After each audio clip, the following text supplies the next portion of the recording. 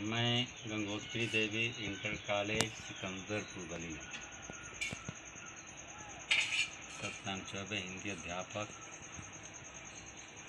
कक्षा 9 से 12 तक हिंदी व्याकरण बताने जा रहा हूँ। जैसा कि आप लोग जानते हैं कि रस की कड़ी में चल रहा है। रस क्या है? काव्य को पढ़ने, सुनने और नाटक को देखने से जो आनंद की प्राप्ति होती है उसको हम रस कहते हैं। रस होती है काव्य की आत्मा। रस के 4 अंग अस्थाई भाव, विभाव, अनुभाव और संचारी भाव बताए गए। अस्थाई भाव जो भाव पाठक या श्रोता के हृदय में अस्थाई रूप से मौजूद होता है, अनुकूल समय होने पर जागृत हो जाता है, उसको हम कहते हैं अस्थाई। जैसे रोना, हंसना, चिल्लाना, भयभीत होना, ये अनेक प्रकार के भाव जो हृदय के अंदर उत्पन्न होने वाले भाव हैं, जो जैसा समय अनुकूल देखते हैं जागृत होते हैं। दूसरा विभाव का मतलब होता है जो अस्थाई भाव को जगाने का कारण होता है, जिसके कारण यह भाव जागता है उसको हम कहते हैं विभाव। अगर भय होता है तो भय का कारण होगा, अगर लोग रोते हैं उसका कारण हो, जो उसका कारण है वही विभाव है। अनुभाव का मतलब होता है अनुभव, जिससे हम किसी चीज़ का अनुभव करते हैं उसको हम कहते हैं अनुभाव। और इसके बाद होता है संचारी भाव, यह मन के अंदर उठने वाला अस्थाई मनोविकार, यानी मन के अंदर उठने वाला अस्थाई, यानी हमेशा नहीं रहता। यह पानी के बुलबुले की तरह होता है, समय से जागृत होता है और तुरंत ही समाप्त भी हो जाता है। इसलिए इसको जो हम व्याभिचारी भाव भी कहते हैं। अब रस की अंतिम कड़ी में मैं आज बताने जा रहा हूँ बच्चों, याद का से वत्सल। वत्सल क्या होता है? ये 10वां रस होता है। कई कवियों ने 9 रस को स्वीकार किया है, अब ये 10वां रस भी है, एक वत्सल रस। वत्सल मन होता है वात्सल, यह किसी 10वां रस के रूप में स्वीकारा गया है। संतान के प्रति माता पिता का जो स्नेह होता है उसे हम वात्सल रस कहते हैं। संतान के प्रति माता पिता का स्नेह, प्रेम जो होता है उसमें वात्सल्य कहते हैं। और यही वात्सल्य नाम का अस्थाई भाव जब विभाव, अनुभाव और व्याभिचारी भाव के संयोग से रस के रूप में परिणत होता है, उसे हम वत्सल अथवा वात्सल्य रस कहते हैं। इसे हम वत्सल अथवा वात्सल्य रूप कहते हैं। इसका स्थायी भाव वत्सल का है वात्सल। जैसे श्याम गौर सुंदर दो जोड़ी, आंदिरक छवि जानी त्रितोड़ी। कबहू उछंग कबहू बरपलना, मात दुलारी कही प्रिय लगना। यानी इसमें जो है माँ यशोदा, यानी कहने का मतलब है बंधु सहित श्री रामचंद्र जी के बचपन का वर्ण किया गया है। जब श्री रामचंद्र जी का वर्ण हुआ था, चारों भाई थे और जब चारों भाई जो है आंगन में घूम रहे थे, उस समय का माता का सुख, कौशल्या, कैकेयी और सुमित्रा के सुख का वर्ण किया गया है कि श्याम गौर सुंदर दो जोड़ी और निरख छवि जननी त्रितोरी। माताएं जो है इनके रूप को देखती है तो जो है बहुत प्रसन्न हो जाती हैं।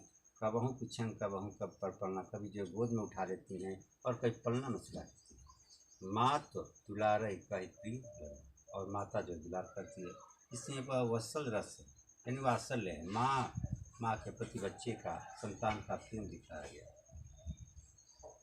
इसमें आश्रय माताएं हैं। आश्रय मतलब होता है जहाँ यह भाव टिकता है उसको हम आश्रय कहते हैं। और आलम्बन में सहारा होता है। श्री राम तथा बंधु जो हैं वो एक सहारा हैं। और उद्दीपन जो है श्याम सुंदर रूप और किलखना आदि बाल जो भी चेष्टाएँ हुई हैं इसको हम कहते हैं उद्दीपन। और अनुभाव क्या है? पुत्रों को बार बार देखा और गोद में लेना, पलने में झुलाना, दुलारना आदि जितनी भी चेष्टाएँ हुई हैं इससे हम कहते हैं अनुभाव। इन पुत्रों को बार बार माँ देख रही हैं, कभी गोद में उठा लेती हैं, कभी पलने में झुला देती हैं और कभी दुलारती हैं, इसको हम कहते हैं वश। इसके बाद व्याभिचारी भाव है हर्ष, गर्व और सुक्ति। अस्थाई भाव इसमें है वात्सल्य, जो अनुकूल सामग्री पाकर, अनुकूल समय पाकर के उस रूप में परिणत होता है, यह वत्सल रस कहलाता है। यह रस की कड़ी में मैं आप लोगों को 10 रस बता दूँ। आप देखिए, इसमें कुछ बहुविकल्पीय प्रश्न होते हैं जो बोर्ड की परीक्षाओं में हमेशा आया करते हैं। भक्ति रस का अस्थायी भाव होता है। भक्ति रस का अस्थायी भाव होता है, जैसे स्नेह, उत्सुकता, उत्साह, देव विषयक रति, यानी 4 विकल्प इसमें हैं। पहला स्नेह है, दूसरा उत्सुकता है, उत्साह है और देश विषयक रति है। और बच्चों इसमें क्या सही है? तो एक विकल्प सही है, देव विषयक रति। दूसरा प्रश्न है कि करुण रस का स्थायी भाव। करुण रस का स्थायी भाव क्या होता है? तो 4 विकल्प इसमें बताए गए हैं, निर्वेद, भय, शोक और रति। इसमें अस्थायी भाव इसका क्या होगा? शोक। तीसरा है विभत्स रस। विभत्स रस का स्थायी भाव होता है भय, निर्वेद, शोक और जुगुप्सा। यानी इसमें विभत्स रस का स्थायी भाव क्या होता है? जुगुप्सा। जुगुप्सा होता है घृणा। इसका भयानक रस का स्थायी भाव क्या होता है? तो देखिए, क्रोध है, शोक है, उत्साह है और भय। तो भयानक रस का स्थायी भाव बच्चों क्या होगा? भय। और शांत रस का स्थायी भाव क्या होता है? रति, हास, निर्वेद और वात्सल्य। तो शांत का स्थायी भाव निर्वेद।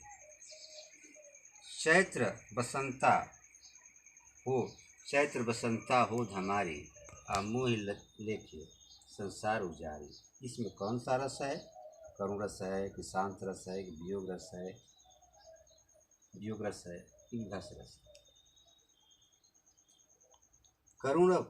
करुण रस है कि शांत रस है कि वियोग है, वियोग श्रृंगार है और कि विभत्स रस। चैत बसंता होय धमारी, मोह लेके संसार उजारी। इसमें कौन सा रस सिखाई देता है? करुण रस, शांत रस या वियोग रस? बच्चों इसमें चैत्र बसंता होय धमारी, मोह लेके संसार उजारी, इसमें जो है वियोग रस का संतप्ति हो रही। मन में हर्ष विषाद अति के उधेलन को कहते हैं मानसिक अनुभाव या कायिक अनुभाव, सात्विक अनुभाव या हाय। क्या इसमें? तो मानसिक अनुभाव होता है। इसका विकल्प सही है, मानसिक अनुभाव। स्वस्थ रहें, घर पर रहें, स्वच्छ रहें और कोरोना रूपी शत्रु से लड़ते रहें।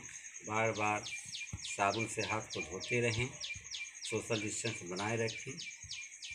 हमें अंदर, कोरोना बाहर, इस नियम का पालन करते हुए घर पर रह करके आप पढ़ते रहें। धन्यवाद।